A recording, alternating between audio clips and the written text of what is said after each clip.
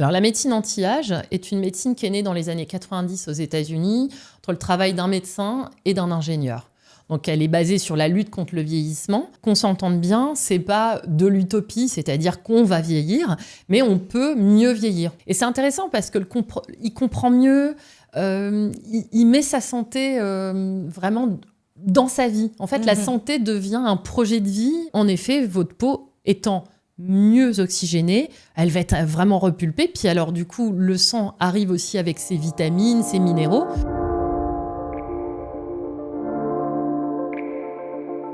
Bonjour à toutes et à tous et bienvenue dans Soin, le podcast d'Aromazone. Ici, on explore différentes manières de prendre soin de soi et surtout de sa peau en donnant la parole à des femmes expertes. Médecins, dermatologues, pharmaciennes, naturopathes, facialistes et même philosophes.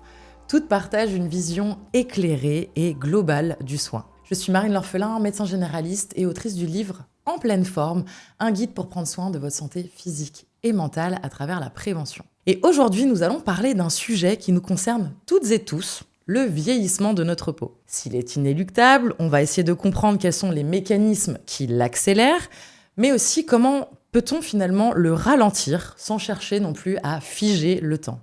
Mais pour vieillir avec énergie et continuer de rayonner. Pour y répondre, j'ai le plaisir de recevoir la docteure Alexandra Dalu, médecin nutritionniste spécialisée en médecine préventive et anti-âge.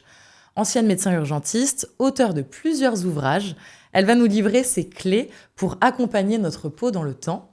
Bienvenue Alexandra. Merci pour votre invitation, Marine. Avec grand plaisir. On est entre consoeurs aujourd'hui pour parler de la peau, donc de son vieillissement. Mais avant de rentrer dans le vif du sujet, Alexandra, j'aimerais que tu nous partages ton parcours, puisque tu as eu une première vie de médecin urgentiste. Mais aujourd'hui, tu accompagnes tes patients en cabinet avec cette approche de prévention et de médecine anti-âge. Comment as-tu fait ce virage ? Donc, j'ai eu mon internat de psychiatrie, mais je n'avais pas envie d'être psychiatre. Donc, je me suis tout de suite mise à travailler. Donc, j'ai été urgentiste à peu près 11 ans. J'ai cogité, j'étais aussi sur la période des 90 heures par semaine. Donc, à un moment, je me suis dit, je vais changer de vie. Donc, je suis retournée à la fac.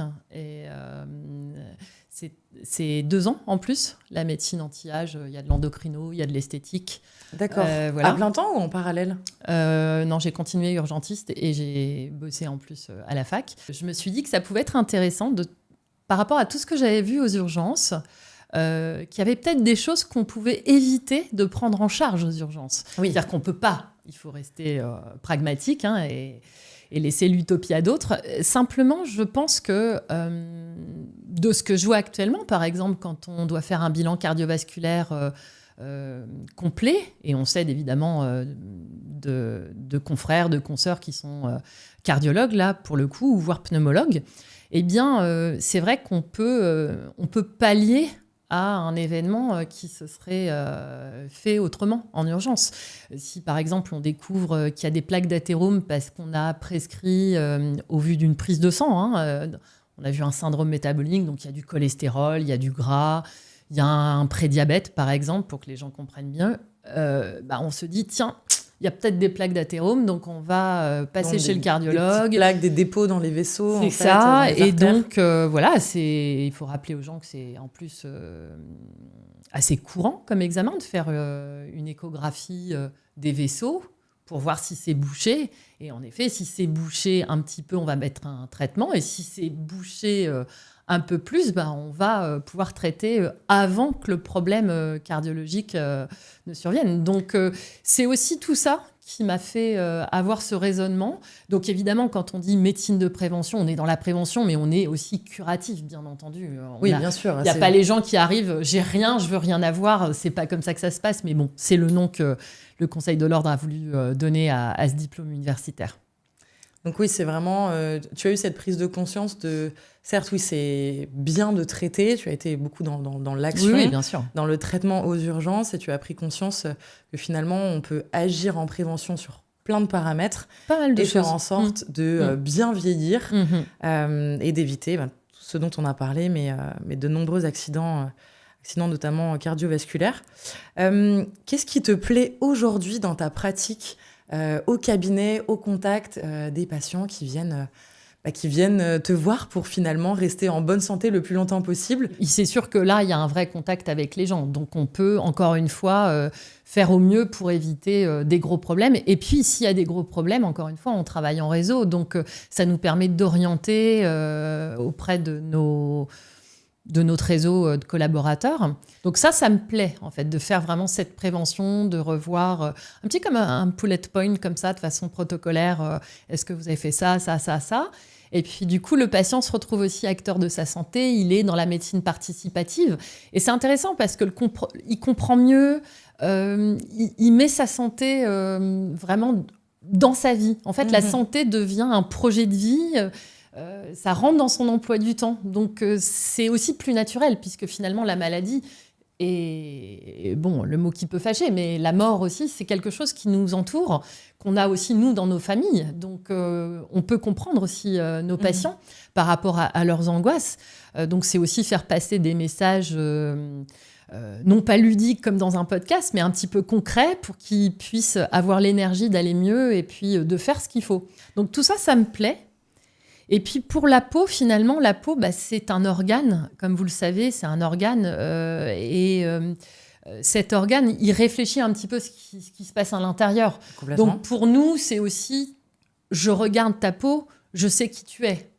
Donc voilà, quand on regarde la peau d'un homme ou d'une femme, d'une jeune personne ou d'une personne un peu plus âgée, il y a beaucoup de choses qu'on peut lire. C'est le morphotype, il y a le phototype aussi que vous connaissez. Mais donc, la peau va nous dire, tiens, il y a quelque chose qui se passe. Rien que pour la femme, s'il y a un hirsutisme, donc s'il y a une hyperpilosité, s'il y a une acné, s'il y a une graisse qui se met ici, au niveau du cou, c'est la même graisse que celle qu'on peut avoir là.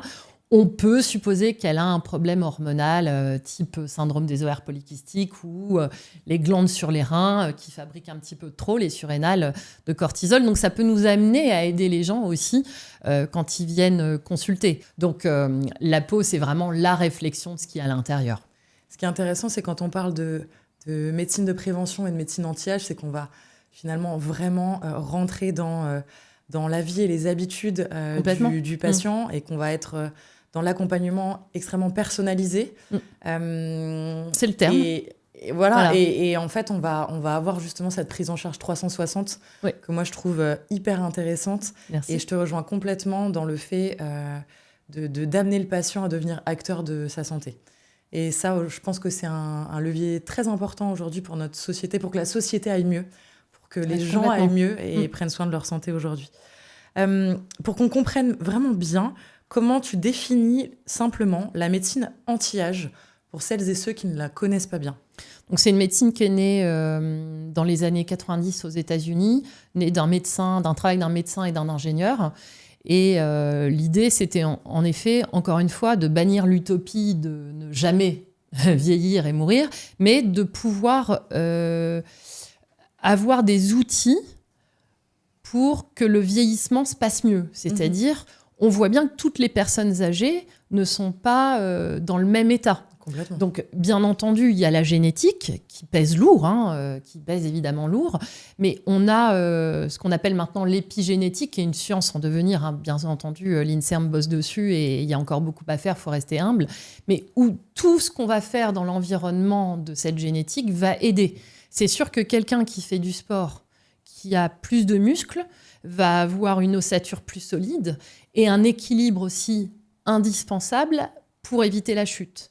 Parce que la chute est l'accident le plus fréquent au monde. Le sport, en tant que tel, bien au-delà du poids, de la beauté plastique, le sport va permettre d'avoir suffisamment de muscles aussi pour fabriquer des hormones qui vont et des facteurs aussi immunitaires. Mais en gros, ça va développer une immunité qui va permettre aussi de réduire le risque d'avoir des infections, mais aussi d'avoir plus d'immunité pour tuer les cellules cancéreuses qu'on a tous les jours et qui sont tuées aussi tous les jours. Donc, en fait, finalement, on voit bien que c'est un truc tout simple qu'on peut tous faire à notre niveau, faire du sport. Et bon, c'est la recommandation OMS.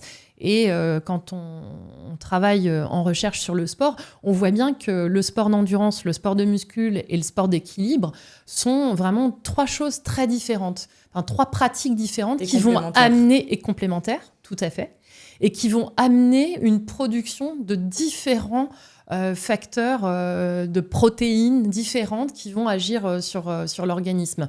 Donc ça, c'est quelque chose qu'on peut faire en médecine anti-âge. Mais après, il y a plein d'autres choses. Par exemple, quand vous êtes une personne au-delà de 60 ans et que vous faites votre vaccin contre le zona, eh ben, on découvre que ce vaccin-là protège de la dégénérescence cérébrale, donc pourrait potentiellement protéger de développer des démences. Donc voilà, il y a plein de choses qu'on peut aussi envisager, en plus des piliers sommeil et nutrition, bien entendu. Pour qu'on parle tous de la même chose et qu'on se comprenne bien, comment définirais-tu simplement la médecine anti-âge ? Alors, la médecine anti-âge est une médecine qui est née dans les années 90 aux États-Unis, entre le travail d'un médecin et d'un ingénieur. Donc, elle est basée sur la lutte contre le vieillissement.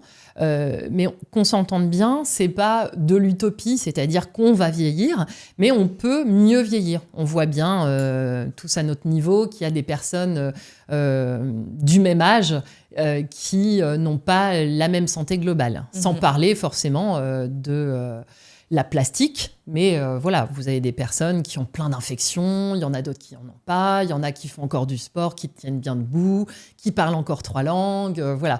Donc en fait, cette médecine anti-âge, elle prend en charge le fait de, à n'importe quel âge d'ailleurs, de bien mieux vieillir tout au long de sa vie. Et donc, elle va être basée aussi sur la prévention primaire, mais aussi sur la prévention secondaire. C'est-à-dire, vous avez un problème de santé, oui. Qu'est-ce que vous pouvez faire pour ne pas l'aggraver ? Et ça, c'est très intéressant. C'est plutôt ça, la pratique. La prévention primaire, pour le rappeler pour les gens, ça peut être le vaccin. On vous fait un vaccin, vous n'aurez pas la maladie. Okay ? La prévention secondaire, vous avez une hypertension. Ça y est, vous avez un traitement. Tout ce que vous pouvez faire pour que ça ne s'aggrave pas. Donc ça, c'est très intéressant parce qu'il y a aussi beaucoup de diabétiques de type 2. Donc pareil, vous avez un traitement, mais qu'est-ce que vous allez faire pour ne pas que ça s'aggrave, pour qu'il n'y ait pas aussi de conséquences de cette pathologie ? Et je trouve qu'on n'explique pas assez bien aux gens ce que c'est que la prévention secondaire. Ouais, donc en fait, c'est pas juste... C'est vrai que dans l'esprit de certains, quand on parle de médecine anti-âge, on pense tout de suite au côté esthétique et juste effacer les signes, on va dire, du vieillissement de l'âge, au niveau de la peau. Alors qu'en fait, c'est vraiment justement cette prise en charge globale et cette prise de conscience sur notre mode de vie global et nos moyens pour ralentir ce vieillissement. Parce qu'il y a des bons outils pour ça. Il y a une bonne médecine aussi en France. Il y a l'accès aux soins aussi en France via nos systèmes sociaux. Et après, bien entendu, il y a aussi l'esthétique. L'esthétique peut en effet rentrer en ligne de compte puisque les études sont très claires là-dessus. Quand vous vous regardez dans un miroir et que vous vous trouvez avec une bonne gueule, forcément, vous êtes de meilleure humeur dans la journée. Et donc, tout dépend de ce qu'on veut obtenir. Mais souvent, les gens vous disent « j'ai envie de retrouver une belle peau ». Ils vous disent pas souvent autre chose. Et puis, parfois, on choisit aussi la chirurgie plastique parce que ça a été un choix de vie à un moment d'aller mieux. Et puis, il faut se souvenir qu'il y a aussi des gens qui, parfois, ont eu des passages difficiles dans leur vie. Et ça change vraiment leur regard et leur visage. Et ils ont envie de retrouver leur visage. Alors, pas de leurs 20 ans, mais de retrouver le visage qui va correspondre au moment de leur vie. Et ça, c'est très important. Aussi, leur état d'esprit du moment. Et... Exactement. Parce que parfois, vous avez eu une grave maladie, vous vous êtes guéri, vous retrouvez cette belle énergie dont vous parlez là actuellement. Et puis, votre visage, c'est celui de l'ancienne vie, vous étiez gravement malade et vous n'avez plus envie de voir ce visage. Donc, en fait, nos confrères et consoeurs chirurgiens plasticiens font partie de la médecine aussi anti-âge, bien entendu. C'est très intéressant et j'aimerais que tu nous expliques quels sont justement les mécanismes principaux qui accélèrent le vieillissement global. Et on va axer un petit peu sur le vieillissement de la peau. En tout cas, ceux qu'on connaît actuellement et qu'on connaît bien, il y a évidemment l'oxydation. C'est un peu la peau qui se rouille à cause des oxydants qu'on peut manger, mettre sur sa peau, dans l'air. Donc ça va abîmer la peau. Et puis, il y a aussi la glycation. Alors, la glycation, elle est très connue. Elle était découverte par les cosmétologues. C'est-à-dire qu'ils ont vu vraiment que le derme se cassait, le collagène se cassait au microscope. Et ils ont cherché à comprendre. Du coup, exactement. Et donc, ils ont recherché, et ils ont compris que c'était la réaction de Maillard. Donc, pour expliquer aux gens, c'est en gros, il y a du mauvais sucre avec des protéines, et puis il y a une réaction qui se fait dans le corps qui fait que ça abîme la protéine et qu'elle se dégrade. Et en plus, elle se dégrade en produits toxiques. Et donc ça fait partie du vieillissement. Alors en plus, ça se voit. Voilà, le sucre donne des rides. Voilà. Et l'autre point, en effet, donc, c'est l'oxydation. C'est pour ça qu'on parle souvent d'antioxydants. Donc les antioxydants, vous avez des vitamines qui sont antioxydantes. La vitamine C, super connue. La vitamine E, c'est plutôt... c'est une vitamine, mais c'est via une réaction indirecte que ça va être antioxydant. Et puis en antiglycans, vous avez des substances comme par exemple l'acide lipoïque, vous avez des antioxydants comme la carnitine ou le coenzyme Q10. Alors on peut les avoir naturellement produits dans le corps quand on est quand même en bonne santé. Sinon c'est la nourriture qui les apporte, et sinon le sport les produit aussi naturellement. Ok, donc c'est aussi juste après, voilà, parce que là aussi c'est super intéressant de voir que le sport il n'a pas un impact que sur le muscle santé, finalement, physique, ou la santé physique au niveau en tant que tel, musculaire et exactement. articulaire. Donc si j'ai bien compris, cette glycation elle est liée à un excès de présence de sucre. Exactement. On parle des sucres plutôt rapides, comme on disait avant. Comme on disait avant, les sucres blancs, exactement, donc les sucres simples, comme on appelle ça maintenant. Et là, il y a une découverte prouvée, puisque c'était observé, là c'est prouvé. Toutes les boissons sucrées vont avoir un impact sur le foie, vont donner du foie gras, la stéatose. Ouais. Donc c'était observé, là c'est vraiment complètement prouvé. Même les boissons qui sont zéro calorie, mais avec un goût sucré. Ah oui. Mais avec un goût et avec aussi un goût sucré. Alors, pourquoi on se dit, tiens, le foie, la peau ? Parce que le foie fait partie des organes essentiels qui va fabriquer les antioxydants. Donc, on comprend bien que si on a un foie qui fonctionne bien... Foie gras égale mauvais fonctionnement, ralentissement du métabolisme du foie. Et puis les conséquences. Généralement, si on a un foie gras, on a de la graisse abdominale. 1 centimètre de graisse dans le foie, c'est 1 centimètre en plus de graisse abdominale. Donc voilà, on a un ensemble d'enzymes. Ce sont des protéines qui détruisent les éléments toxiques pour le corps en général, qui se trouve dans le foie. Donc, un foie en bonne santé, indirectement, ça va être une bonne santé, mais aussi donc une peau en meilleure santé.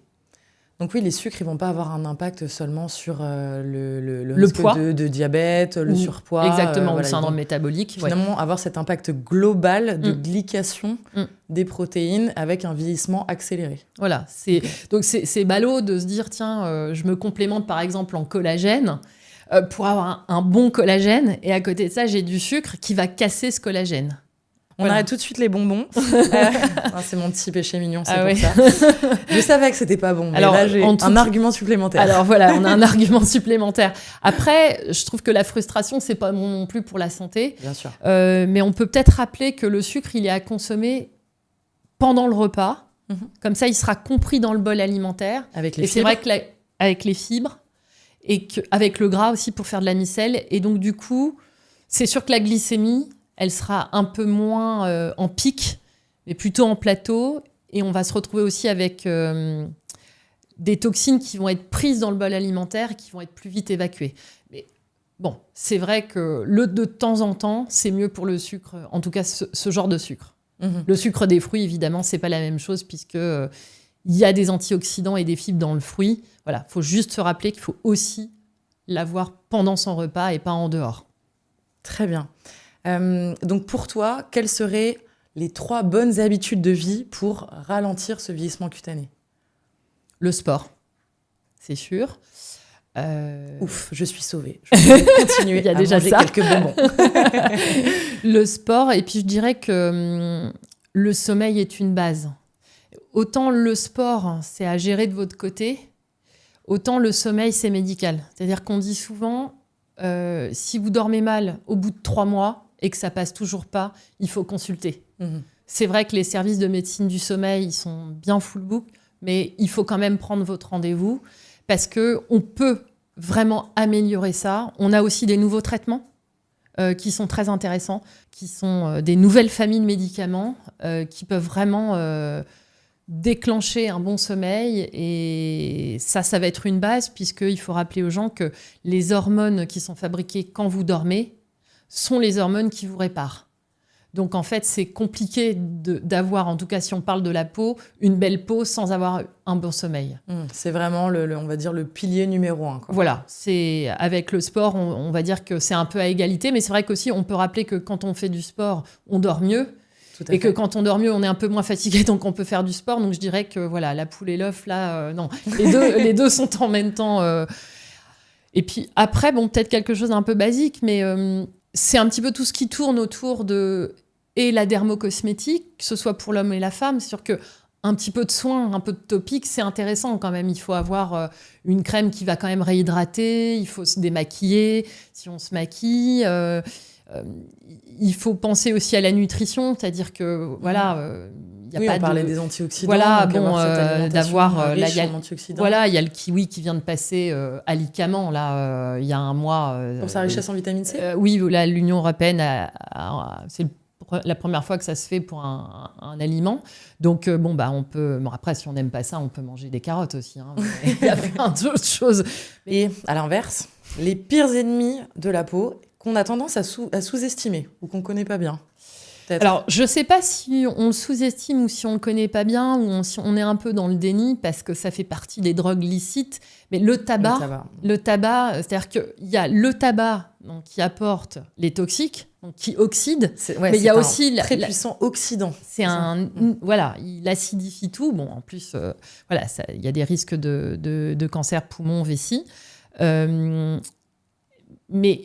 il y a aussi la vapoteuse, qui a des benzoaromatiques dedans, et ces benzoaromatiques, c'est un genre de colle, donc on se doute bien que ça ne va pas faire du bien non plus avec la vapeur de la vapoteuse. Donc je dirais qu'on les sous-estime. Donc nous, on est toujours très rabat-joie. Il ne faut pas boire d'alcool, il ne faut pas boire de soda, il ne faut pas fumer. Ouais, mais tu veux une belle peau. Il y a aussi une forme de responsabilité, c'est-à-dire que le médecin est là pour transmettre. Donc tant pis s'il est rabat-joie, encore une fois, il transmet. Et puis je crois qu'on est à une époque où, moi, pour mon époque, il n'y avait pas de réseaux sociaux, mais on le sait, quoi, en fait. Bien sûr. Donc je dirais que les messages sont vraiment clairs. Donc il faut aller voir un addictologue, il faut être convaincu que c'est vraiment pas une bonne chose. Et en France, on fume beaucoup trop. On est un des pires classements au monde pour la cigarette. Donc je dirais ça et la vapoteuse. L'alcool. L'alcool va être aussi un oxydant, mais c'est surtout qu'il va détruire la testostérone, la sulfate de DHEA, qui font partie des hormones de la jeunesse. Donc on comprend bien que l'alcool et la jeunesse, ça va pas très bien ensemble, mais on aura toujours des patients pour nous dire, mon grand-père, ma grand-mère, voilà. Souvent. Mais ce qu'il y a, c'est que ça se rajoute à une époque où la pollution, c'est vraiment ce qu'on appelle maintenant un exposome. C'est un nouveau cours chez les étudiants, l'exposome. Donc on en parle à l'Académie nationale de médecine et on en parle aussi en formation médicale continue. Donc l'exposome, c'est vraiment... en fait, il y a ces fameux perturbateurs endocriniens qui sont étudiés. Là, c'est prouvé. Donc les chercheurs de l'INSERM ont envoyé des conclusions au Sénat, pour dire que ça avait un véritable effet sur la puberté précoce, par exemple, mais ça a aussi un effet sur la peau et sur le vieillissement. C'est peut-être aussi une des causes de plus de cancers, également, malheureusement. Maintenant, qu'est-ce qu'on sous-estime ? Je pense qu'on sous-estime la pollution, ouais. Je pense qu'on la sous-estime. Après, il faut rappeler quand même que je pense quand même à quelque chose qu'on peut faire tous, c'est aérer. Parce que contrairement à ce qu'on pense... Les intérieurs de chez nous sont extrêmement pollués. Voilà, l'intérieur d'une maison ou d'un appartement est plus pollué qu'une rue passante. Voilà, c'est plus pollué. Donc il faut aérer le matin, quand il n'y a pas encore trop, évidemment, de voitures qui passent. Il faut éventuellement aérer aussi le soir, quand, pareil, il y a un peu moins de voitures qui passent. Et puis, si vous avez des ouvertures sur des cours intérieures ou des petites ruelles où il n'y a pas trop de passage, il faut le faire. Et puis, bon, si vous êtes en maison, c'est encore mieux pour aérer. Mais il faut aérer parce que, encore une fois, il y a tellement de polluants à l'intérieur de chez soi que si vous restez même une journée avec vos fenêtres fermées, vous devenez... chez vous, c'est plus polluant qu'à l'extérieur. Voilà. Ça, c'est vrai que c'est peu connu. Alors, parlons du sport, une passion qu'on partage, tout à fait. A priori. Certainement. Alors bon, on l'a dit, le sport peut être bénéfique pour ralentir le vieillissement global et le vieillissement cutané. Alors, peux-tu nous expliquer ce qui se passe physiologiquement quand on pratique une activité sportive et du coup, quels sont les impacts sur notre peau ? Alors, pour la peau, on rappelle qu'évidemment, une peau qui va recevoir de l'oxygène, elle va être, pour reprendre les termes en cosmétique, marketing, bien oxygénée. Donc, à la base, c'est pas le produit, c'est déjà l'oxygène qui est le premier élément vital, forcément. Donc, quand on fait du sport, via l'impact au sol ou via les mouvements sportifs, on va avoir donc un appel de sang qui transporte l'oxygène dans les globules rouges. On va avoir une circulation qui va être un petit peu plus rapide. Ouais, et donc, ça va apporter une rapidité à cette circulation qui est, en termes de recherche, étudiée. Elle est tellement étudiée que donc, c'est vrai pour la peau, mais c'est vrai pour le cerveau. C'est très intéressant pour le cerveau. C'est-à-dire que les gens qui font du sport vont avoir une meilleure oxygénation cérébrale que les gens qui ne font pas du sport. Ça montre bien qu'il y a un flux de rapidité, c'est de l'aérodynamique dans les vaisseaux. Et donc, en effet, votre peau étant mieux oxygénée, elle va être vraiment repulpée. Puis alors, du coup, le sang arrive aussi avec ses vitamines, ses minéraux, et donc va irriguer finalement, un peu comme une plante à qui on aurait directement versé les vitamines. Donc, il y a le système aussi un peu de la microcirculation. C'est ça, c'est la microcirculation, tout à fait. Les tout petits vaisseaux vont avoir aussi au niveau plus de la peau vont être stimulés et mieux irrigués. Exactement. Il y a aussi un autre effet, c'est que la peau, on l'a rappelé tout à l'heure, est un organe à part entière. Et la peau a des cellules comme des petites glandes qui vont avoir des messages nerveux et des messages nerveux qui vont enregistrer si vous êtes stressé ou détente. Et on comprend bien que quand on a fait du sport, on est détendu. Oui. Et donc, du coup, ça envoie à ces cellules nerveuses de la peau le message de détente. Et du coup, encore une fois, vous êtes détendu, les traits sont détendus. On parle d'ailleurs de yoga du visage pour avoir les traits détendus. Là, en fait, via le sport, vous avez ce message de détente. Et comme il y a une mémoire dans le cerveau de votre forme de visage, à force d'être détendu, vous êtes détendu, et à force d'être détendu, éventuellement, vous aurez peut-être l'arrêt d'expression du sourire, mais ça, c'est plutôt sympathique quand même, voilà. Oui, celle-ci, on l'accepte. Celle-ci, elle est bien. Et donc, ça va apporter ça. Alors après aussi, quand on fait du sport, on produit des antioxydants, naturellement. Donc, on comprend qu'on a détruit plus facilement des toxines qu'on avait accumulées dans la journée. Très naturellement, ça se fait tous les jours, mais on va améliorer cette détoxification. Et puis, on va aussi... éliminer aussi un peu plus les toxines à travers la sueur. On va éliminer, sueur. exactement. On élimine les toxines via l'émonctoire peau avec la sueur. On va éliminer aussi parce qu'on va accélérer le métabolisme intestinal. Donc, on va avoir un meilleur transit. Donc, on élimine les toxines via les matières. Pareil, il y a un meilleur drainage. Donc, on va éliminer aussi via les urines. Donc, évidemment, on va éliminer aussi via l'oxygénation des poumons ces toxines. Donc, le sport a tout bon, en tout cas, pour avoir une belle peau. Tous les sports ont les mêmes bénéfices sur la peau, sur le vieillissement ou certains sont plus intéressants que d'autres? Alors, je dirais que quand vous faites du sport dans une forêt, c'est plus intéressant que si vous faites du sport sur le rond-point des Champs-Élysées. C'est plus intéressant aussi pour la santé psychologique et le bien-être. Voilà, ça évite les klaxons. Mais ça, c'est un peu du bon sens parce que quand vous vous retrouvez parmi les arbres, comme ils prennent les toxines aussi de l'air, vous avez une oxygénation qui est encore meilleure. Voilà. Mais je dirais que vous faites du sport comme vous pouvez, quoi. Si vous pouvez faire du sport qu'en ville, vous faites du sport, voilà. Voilà. Bon, éventuellement, si vous le faites en ville, essayez de trouver un petit endroit où il n'y a pas trop de passage de voiture. Bon, ce sera toujours ça de gagner. Mais en effet, je dis toujours à mes patients, vous faites ce que vous pouvez. On ne va pas toujours être optimal, on n'est pas prof de sport, etc. On fait tout ce qu'on peut. Maintenant, si vous allez nager, évidemment, comme il y a du chlore dans la piscine ou des produits, et heureusement pour éviter nombre d'infections, de bien se doucher quand même, de bien se doucher avec un produit un peu huileux pour pouvoir retirer justement les produits de la piscine. Et puis, on va pas dégoûter les gens de la piscine, hein, mais voilà, de ce qui peut se trouver dans la piscine. Donc, pareil, si on nage en mer, ou si on nage en mer froide et qu'on a une combinaison, on va se rincer pour ne plus avoir le côté synthétique, pour vraiment libérer sa peau. Et si par exemple on va courir en extérieur et que c'est très pollué, est-ce qu'il faut...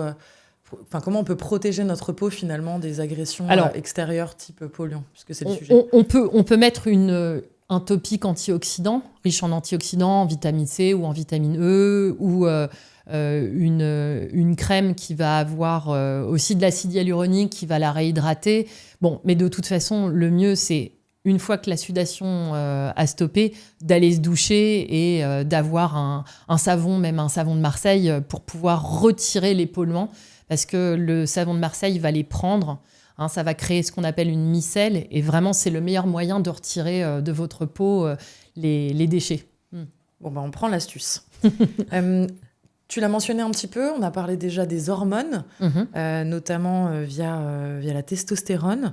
Quel rôle jouent les hormones sur l'aspect, la qualité de notre peau ? C'est vrai qu'à différents moments de la vie, on ne sécrète pas exactement les mêmes taux d'hormones. Donc je voudrais que tu nous expliques un petit peu plus.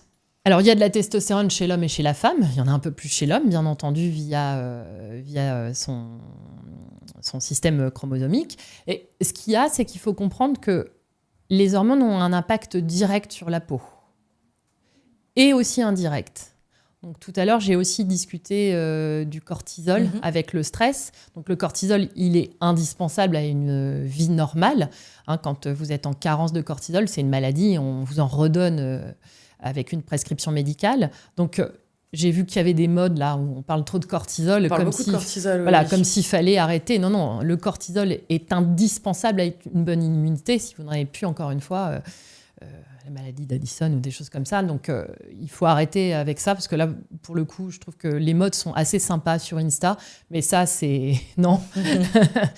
Mais ce qu'il y a, c'est que si vous êtes tous les jours stressé à cause d'un problème, à cause d'une vie difficile, il y a un épuisement du corps. Mais ça, c'est vraiment différent. Et on n'est plus sur le cortisol que vos surrénales fabriquent. On est sur quelque chose de beaucoup plus général dans votre organisme. Et là, il faut vraiment consulter pour voir ce qui se passe dans votre organisme. Mais par exemple, quand vous êtes enfant et que vous devenez ado, il y a la puberté. Et là, il va avoir, pour reprendre vos termes, c'est exactement ça, une concentration dans votre sang qui va être différente dans les hormones. Donc, la peau peut éventuellement présenter de l'acné. Vous pouvez avoir plus de sueur aussi. Donc, pourquoi pas consulter pour avoir un traitement, si besoin. Et puis après, il y a aussi de la phytothérapie qui, dans ces cas-là, fonctionne bien. Mais je pense aussi qu'il faut comprendre que ça peut être intéressant d'avoir de temps en temps des traitements, parce que ça peut devenir aussi un complexe pour la jeune personne. Donc, il faut en discuter avec le médecin pour voir ce qu'il y a de plus approprié. Je parle de l'acné parce que c'est ce qu'on va voir le plus souvent à la puberté. De plus en plus chez les adultes, quand même. Et il y en a chez les adultes. Alors, il y a plusieurs raisons. Il y a la malbouffe, parce que la malbouffe va dérégler le système hormonal naturel de l'organisme. Le surstimuler, c'est la production de certaines hormones. Des mauvais androgènes, des concentrations qui ne vont pas être les bonnes. Et là, on peut avoir des poussées androgéniques et donc avoir ou une hyperpilosité et ou, en plus de l'acné, et aussi chez l'homme, bien sûr, adulte, de l'acné. Donc ça, évidemment, c'est ce qu'on disait au tout début du podcast, c'est que la peau nous parle. C'est-à-dire qu'un adulte qui va avoir ce genre de symptômes, on va certainement avoir aussi autre chose. Il va être un indicateur, en tout cas, d'un déséquilibre hormonal ou nutritionnel. Ou... Exactement, oui, métabolique. Et puis après, il y a pendant le vieillissement la cassure du derme qui entraîne les rides superficielles et profondes. L'affaissement aussi un petit peu de la peau. C'est en rapport aussi avec la baisse des hormones. C'est-à-dire les rides profondes, c'est vraiment la chute des progestérones. Les rides superficielles, c'est la chute des œstrogènes. Voilà. Et le relâchement peut aussi être dû à une chute de la testostérone. Voilà. C'est pour ça que certaines femmes qui ont un peu plus de testostérone vont avoir moins d'affaissement que d'autres. C'est pour ça que l'homme va avoir un affaissement, mais un tout petit peu plus tardivement que la femme, etc. Comme on parlait tout à l'heure de prévention, c'est assez rare en médecine anti-âge de ne pas travailler avec les hormones, bien sûr selon les recommandations de la Haute Autorité de Santé, mais très souvent, on pense qu'il y a bouffée de chaleur, mais il n'y a pas que ça. Il y a la mémoire, il y a la concentration, donc il y a la peau, bien sûr, mais il y a les os, il y a les muscles, la sarcopénie, l'ostéoporose, il y a l'humeur. Une femme qui travaille encore à 55, 60 ans, 65 ans, elle a besoin de sa vivacité. Et donc, peut-être elle n'a pas de bouffée de chaleur, mais son sommeil n'est pas aussi bien et elle va avoir besoin de sa progestérone et de son oestrogène, voire de testo pour aller mieux. Donc, c'est tout ça qui va faire que la peau aussi va bien vieillir. Et l'homme va parfois avoir besoin aussi de testostérone. Oui, on en parle moins, mais ça existe aussi. Et c'est assez fréquent même, d'ailleurs. Et donc... il n'y a pas, à l'heure actuelle, de topiques qui ont des hormones dans les récipients qu'on met, en tout cas, pas en France. À part l'œstrogène qu'on va mettre, mais il n'y a pas de topique hormonal pour avoir une belle peau. Voilà. Et justement, quels moyens existent aujourd'hui pour essayer de contrebalancer un petit peu ces déséquilibres hormonaux, et plutôt là, dans le sujet... les chutes hormonales, les baisses hormonales. Qu'est-ce qu'on peut faire, peut-être à travers l'alimentation, la phytothérapie? Qu'est-ce qu'on a aujourd'hui vraiment à disposition pour contrer ce vieillissement lié aux baisses hormonales? Alors, s'il y a une maladie hormonale, nous, on en fait le diagnostic, et quel que soit l'âge, il va avoir le traitement adapté. Oui. Pour la carence, hors on maladie, redonne. Et puis, s'il y a un surplus, il y a un médicament pour remettre à niveau. On a parlé de la puberté, on a parlé de la ménopause. Donc finalement, ils sont là, les outils concrets, ils sont là. C'est-à-dire, pour pallier le vieillissement, il faut redonner les hormones qu'on n'a plus. Bon, après, sur tout ce qu'il y a à l'heure actuelle au niveau phytothérapie, il y a des choses qui sont très intéressantes. Je ne suis pas phytothérapeute, mais par exemple, en progestérone, vous avez le yam, l'alchemie, le gâtillier, qui sont 3 plantes progestérone-like, donc qui sont très intéressantes à n'importe quel âge d'ailleurs de la vie, pour une femme, surtout pas pour un homme. Vous avez l'ortie, la maca, qui sont très intéressantes pour la testostérone, que ce soit chez la femme, que ce soit chez l'homme, vraiment le matin, bien sûr, parce que c'est psychostimulant. Donc on a des choses comme ça. On a la magnolia, la sauge, et puis le soja qui est très connu parce que c'est oestrogène-like, voilà. Donc, on a bien sûr de la phytothérapie pour donner un petit coup de pouce. Et souvent, quand même, la demande des gens, c'est d'être très efficace. Donc, la phytothérapie est efficace. On peut toujours débuter avec de la phyto. Et puis, si on trouve que c'est pas assez efficace, être sur le traitement de la substitution. Et après, encore une fois, c'est tout ce que vous allez faire autour. C'est-à-dire que c'est aussi la médecine esthétique. C'est-à-dire qu'à un moment, si vous voulez avoir un petit peu moins de rides profondes et qu'elles sont déjà là, il n'y a pas grand-chose pour la faire retirer. La ridule, c'est différent. Il y a beaucoup de choses en médecine esthétique et en dermatologie qui peuvent faire que la ridule va régresser, voire se stabiliser. Une fois qu'il y a une ride profonde, il faut injecter de l'acide hyaluronique dedans si on en a envie, bien entendu, si on en a envie. Mais la ride profonde, gardez votre argent. Il n'y a pas grand-chose qui va la faire partir à part l'injecter. Avec toutes tes connaissances médicales, on a envie de connaître ta routine de soins, celle que tu adoptes vraiment au quotidien. Ouais, on a encore toujours à apprendre. On est étudiant à vie en sciences. Alors moi, ce que je fais, c'est que je fais du sport depuis que je suis enfant. Donc c'est un plaisir, ça a toujours été un plaisir, donc je continue. Donc je pense que voilà, c'est important. Après, on a parlé aussi un peu de génétique. C'est vrai que feu maman et mon papa ont une très belle peau, donc je pense qu'il y a quand même une génétique. Et puis, j'aime bien les produits de beauté. Donc j'ai des produits de beauté pas trop chargés en produits actifs, des produits qui vont être simples. J'ai toujours des formulations simples, tout à fait. Et puis, je mange bien, je m'hydrate bien. J'ai pas une autre routine préférée Ah ouais, j'aime bien. Alors pour ma peau, là pour le coup, parce que c'est une question personnelle, c'est vraiment j'aime la texture du sérum. Voilà. Après, j'ai pas une routine, j'ai des contre-routines, c'est-à-dire que je fume pas, je bois très très très peu d'alcool, je déteste les sodas, les jus sucrés.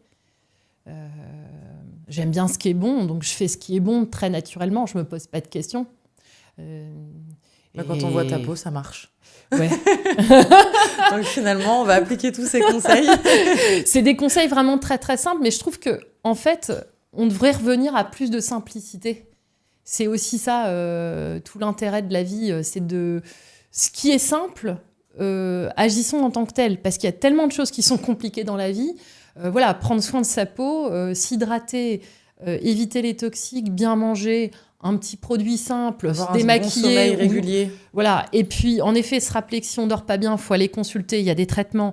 Et puis de faire du sport. Vous n'aimez pas faire du sport, bon, j'ai pas envie de dire dommage. J'ai envie de dire, je dis à mes patients, trouvez un petit quelque chose. Il y a forcément un petit quelque chose que vous aimez. Et si vous n'aimez que marcher, marchez en forêt. Voilà. Et sur mes 3 choses, je dirais ça. Et puis, de beaucoup rire. Ouais, voilà, ça donne des belles rides, mais le bonheur, c'est quand même le meilleur anti-âge. C'est-à-dire quelqu'un de malheureux et qui n'a pas les outils. Attention, je ne suis pas tous les jours bien, mais il faut avoir des outils pour aller bien. Et c'est ce que je dis aussi à mes patients avant de les envoyer chez des confrères et consoeurs psychiatres quand il y a vraiment un gros besoin. C'est que on vous dit sur Instagram qu'il faut toujours être bien. Ben moi, je vous dis non.